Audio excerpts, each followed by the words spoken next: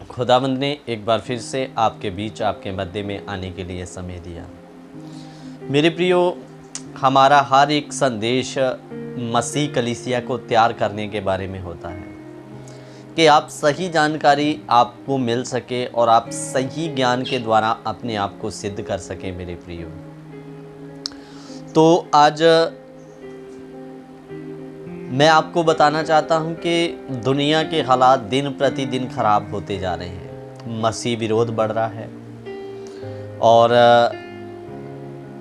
3 दिन पहले इस्राइल और फिलिस्तीन के बीच में भी एक युद्ध या लड़ाई छिड़ी हुई है मेरे प्रियो। और अगर मेरी जानकारी सही है तो 1600 से ज़्यादा जो इस्राइल के योद्धा थे वो घायल हैं और काफ़ी कुछ वहाँ पर गर्मा गर्मी का माहौल चल रहा है।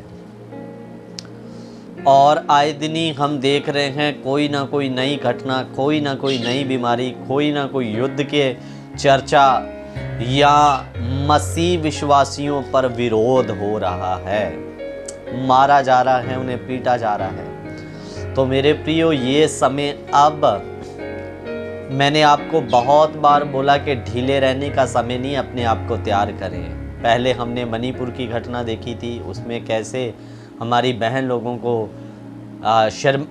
शर्मनाक रीति से नंगा करके उन्हें घुमाया गया। फिर पाकिस्तान में विरोध हुआ और ये विरोध अभी से नहीं, होता ही आ रहा है पुराने समय से। मेरे प्रियो, मैं आज एक आपको प्रभु के सच्चे सेवक की घटना बताऊंगा। यहाँ से कुछ साल पहले की ये घटना है। प्रभु के दास ने इस घटना को बताया कि एक बुजुर्ग 70 से 75 साल की उम्र का CNI का पास्टर था, जिसने कितनों को छिड़काव के द्वारा बपतिस्मा दिया था। और जब प्रभु के दास सैमुएल जी के द्वारा उनकी बातचीत हुई, उनके पास सही उपदेश पहुंचा, तो उनकी ज़िंदगी बदल गई और उन्होंने दोबारा प्रभु के दास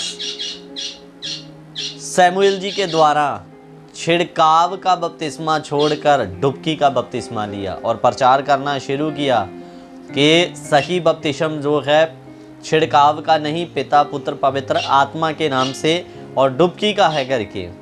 तो मेरे प्रियो, वो पंजाब में इधर कपूरथला के इलाके में आकर उन्होंने जहाँ जहाँ सेवकाई किया था, CNI में रहते हुए छिड़काव का बपतिस्मा दिया था।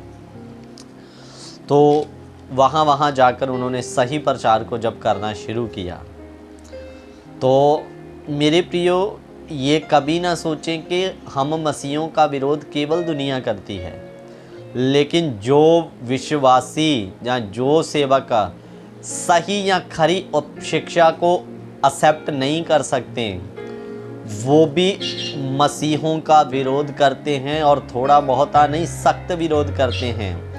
जैसे कि उदाहरण के लिए प्रभु यीशु मसीह को मारने वाले अन्य जाति नहीं थे।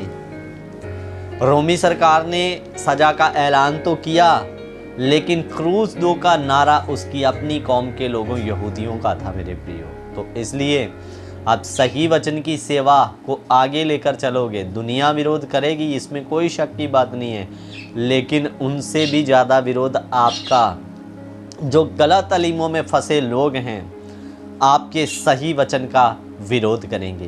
तो जब पास्टर ने छिड़काव के बपतिस्मे का प्रचार छोड़कर सही वचन का प्रचार करना शुरू किया, तो वहाँ के कुछ मसीह लोग उनके विरोध हो गए और कुछ लड़कों ने उन्हें मारा और एक ट्रैक्टर के साथ में उनको बांधकर काफ़ी दूर तक घसीट के लेकर चले गए। अब वो बुजुर्ग पास्टर है, 70-75 साल की उम्र है।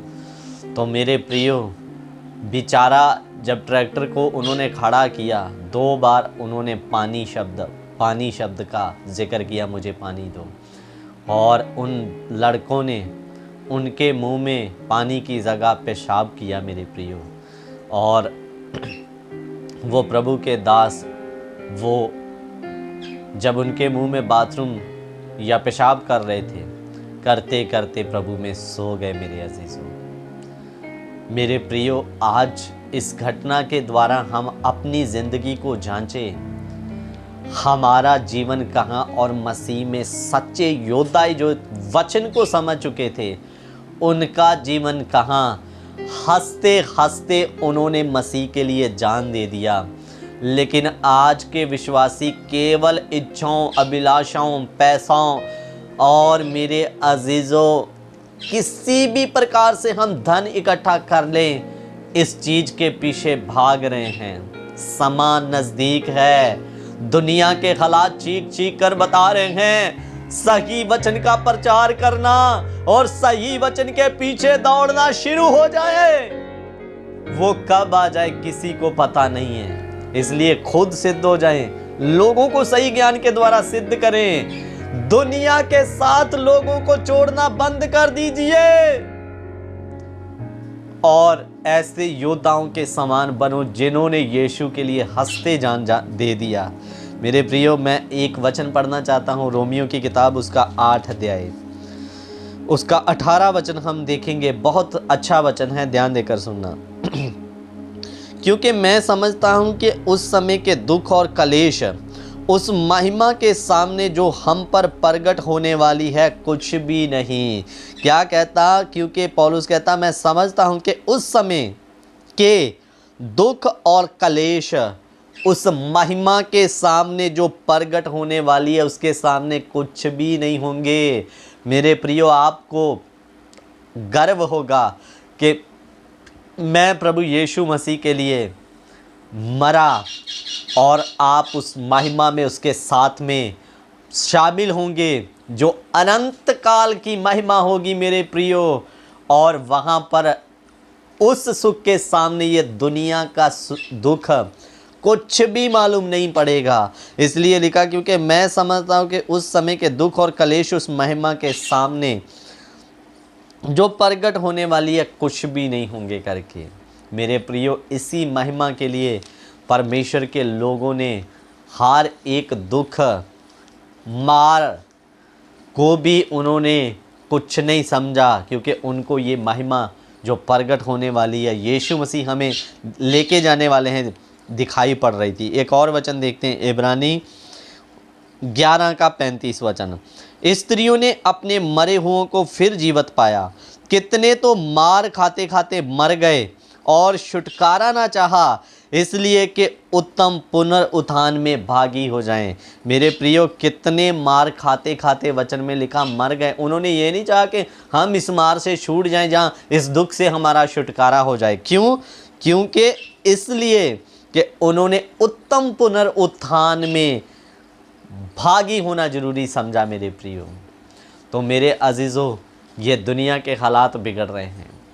अपने आप को तैयार करें। कभी भी आपके सामने में किसी भी प्रकार की दुख, संकट, मुसीबत आ सकती है। सही वचन की जानकारी होगी तो आप इन लोगों के तरह दुख के सामने में दृढ़ रहेंगे और मसीह में बने रहेंगे। इसलिए सत्य के वचन को लोगों तक रखें। आने वाले हमारी क्लास होगी कि हमारे ऊपर से क्यों परमेश्वर का आत्मा दुखी होकर चला जाता है। मेरे प्रियो, अगली क्लास को ज़रूर सुनना और उसके द्वारा भी आपको बड़ी आशीष और बरकत मिलेगी। प्रभु इन वचनों के द्वारा आप सबों को आशीष और बरकत दे। जय मसीह की। God bless you. Prabhu Ashish they.